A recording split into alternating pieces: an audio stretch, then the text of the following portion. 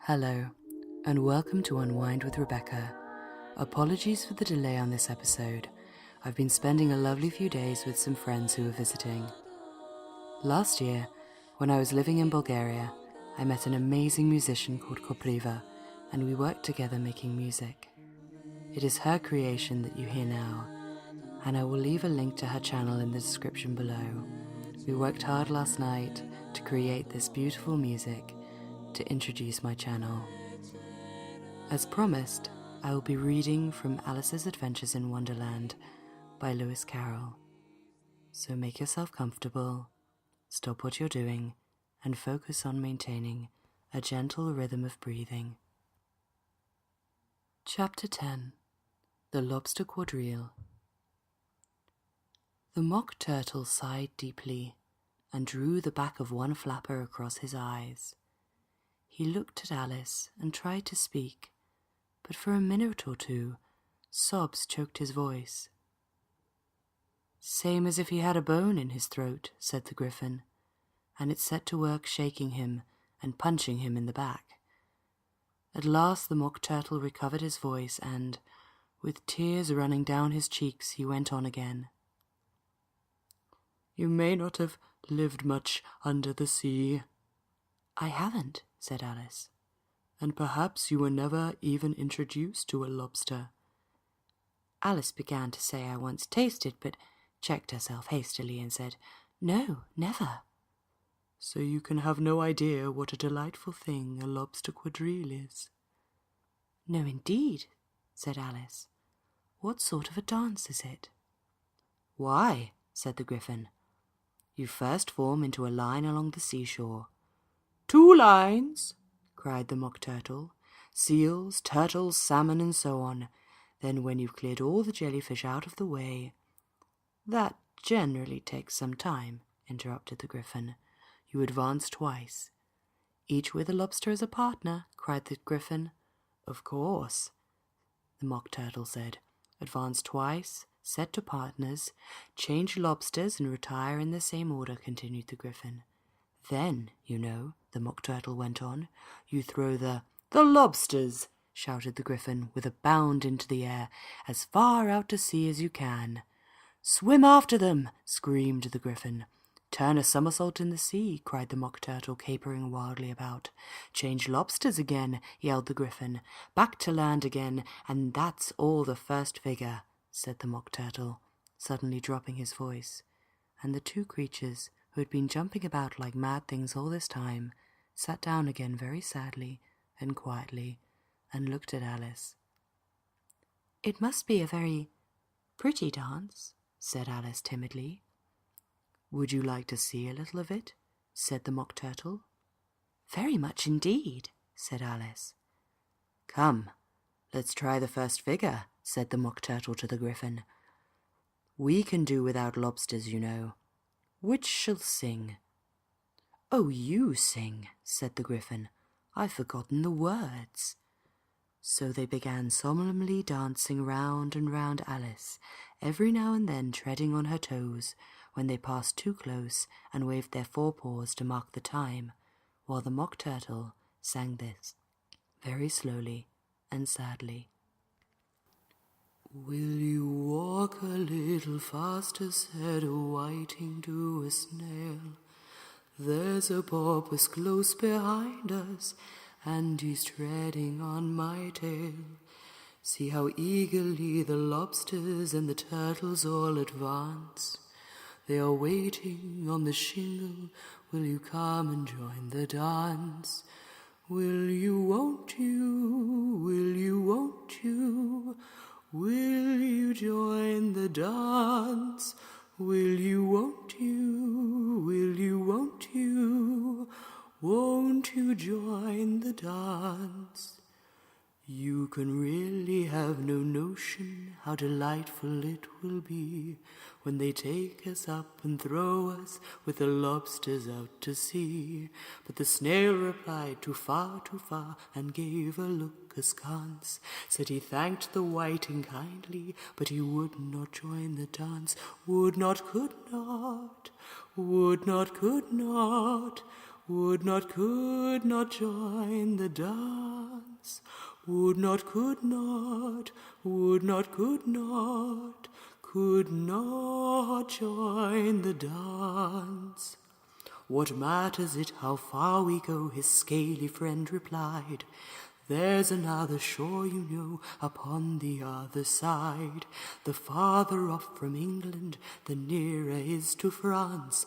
Then turn not pale, beloved snail, but come and join the dance. Will you, won't you? Oh, will you, won't you? Will you join the dance? Will you, won't you? Will you, won't you? Oh, won't you join the dance? Thank you. It's a very interesting dance to watch, said Alice, feeling very glad that it was over at last. And I do so like that curious song about the whiting. Oh, as to the whiting, said the Mock Turtle, you've seen them, of course. Yes, said Alice. I've often seen them at Din. She checked herself hastily. I don't know where Din may be, said the Mock Turtle, but if you've seen them so often, of course you know what they're like. I believe so, Alice replied thoughtfully. They have their tails in their mouths, and they're all over crumbs. You're wrong about the crumbs, said the Mock Turtle. Crumbs would all wash off into sea, but they have their tails in their mouths, and the reason is... Here the Mock Turtle yawned and shut his eyes. Tell her about the reason and all that, he said to the Gryphon. The reason is, said the Gryphon, that they would go with the lobsters to the dance, so they got thrown out to sea, so they had to fall a long way, so they got their tails fast in their mouths, so they couldn't get them out again. That's all. Thank you, said Alice. It's very interesting. I never knew so much about a whiting before. I can tell you more than that if you like, said the Gryphon. Do you know why it's called a whiting? I never thought about it, said Alice. Why? It does the boots and shoes, the Gryphon replied very solemnly. Alice was thoroughly puzzled. Does the boots and shoes? She repeated in a wondering tone. Why, what are your shoes done with? Said the Gryphon. I mean, what makes them so shiny? Alice looked down at them and considered a little before she gave her answer. They're done with blacking, I believe. Ah, boots and shoes under the sea, the Gryphon went on in a deep voice, are done with whiting. Now you know. And what are they made of? Alice asked in a tone of great curiosity. Soles and eels, of course, the Gryphon replied rather impatiently. Any shrimp could have told you that. If I'd been the whiting, said Alice, whose thoughts were still running on the song, I'd have said to the porpoise, Keep back, please. We don't want you with us. They were obliged to have him with them, the Mock Turtle said. No fish would go anywhere without a porpoise. Wouldn't it really? Said Alice, in a tone of great surprise. Of course not, said the Mock Turtle. Why, if a fish came to me and told me he was going on a journey, I would say, With what porpoise? Don't you mean purpose? Said Alice. I mean what I say, the Mock Turtle replied in an offended tone, and the Gryphon added, Come, let's hear some of your adventures. I could tell you my adventures, beginning from this morning, said Alice a little timidly, but it's no use going back to yesterday, because I was a different person then. Explain all that, said the Mock Turtle. No, no, the adventures first, said the Gryphon in an impatient tone. Explanations take such a dreadful time.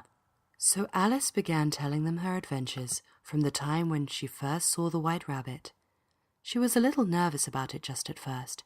The two creatures got so close to her, one on each side, and opened their eyes and mouths so very wide. But she gained courage as she went on.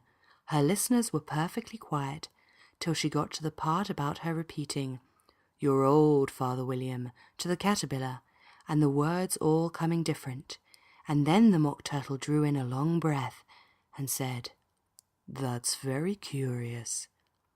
"It's all about as curious as it can be," said the Gryphon. "It all came different," the Mock Turtle repeated thoughtfully. "I should like to hear her try and repeat something now. Tell her to begin." He looked at the Gryphon as if he thought it had some kind of authority over Alice.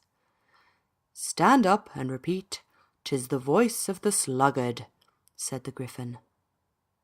"How the creatures order one about, and make one repeat lessons," thought Alice. "I might as well be at school at once." However, she got up and began to repeat it, but her mind was so full of the lobster quadrille that she hardly knew what she was saying, and the words came very queer indeed. "'Tis the lobster," I heard him declare. "You have baked me too brown, I must sugar my hair. As a duck with its eyelids, so he with his nose trims his belt and his buttons and turns out his toes." "That's different from what I used to say when I was a child," said the Gryphon. "Well, I've never heard it before," said the Mock Turtle, "but it sounds uncommon nonsense." Alice said nothing. She had sat down with her face in her hands, wondering if anything would ever happen in a natural way again. "I would like to have it explained," said the Mock Turtle. "She can't explain it," said the Gryphon hastily. "Go on with the next verse." "But what about toes?" the Mock Turtle persisted. "How could he turn them out with his nose, you know?" "It's the first position in dancing," Alice said, but was dreadfully puzzled by the whole thing, and longed to change the subject. "Go on with the next verse," the Gryphon repeated impatiently. "It begins, 'I passed by his garden.'" Alice did not dare to disobey, though she felt sure it would all come wrong, and she went on in a trembling voice. "I passed by his garden, and marked with one eye how the owl and the panther were sharing a pie." "What is the use of repeating all that stuff?" the Mock Turtle interrupted, "if you don't explain it as you go along. It's by far the most confusing thing I ever heard." "Yes, I think you'd better leave off," said the Gryphon, and Alice was only too glad to do so. "Shall we try another figure of the lobster quadrille, or would you like the Mock Turtle to sing you a song?" "Oh, a song, please, if the Mock Turtle would be so kind," Alice replied, so eagerly that the Gryphon said in a rather offended tone, No accounting for tastes. Sing her turtle soup, will you, old fellow?" The Mock Turtle sighed deeply and began, in a voice sometimes choked with sobs, to sing this.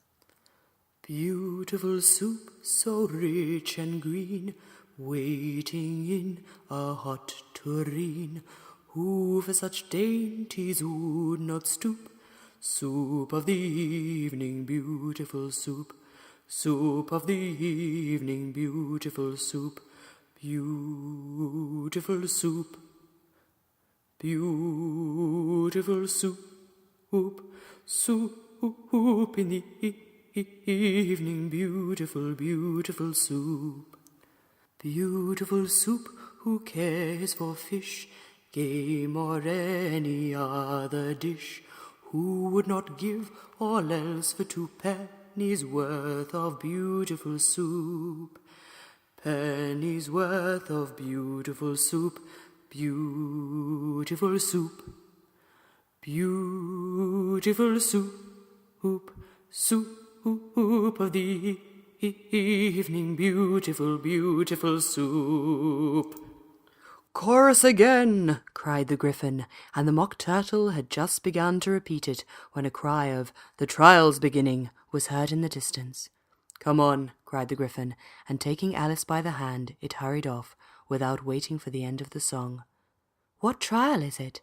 Alice panted as she ran, but the Gryphon only answered, "Come on," and ran the faster, while more and more faintly came, carried on the breeze that followed them, the melancholy words, "Soup of the evening, beautiful, beautiful soup."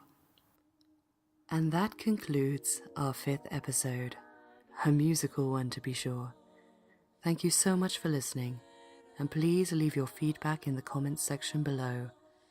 Feel free to like and subscribe, and please return tomorrow for our 6th episode. Until next time, goodbye.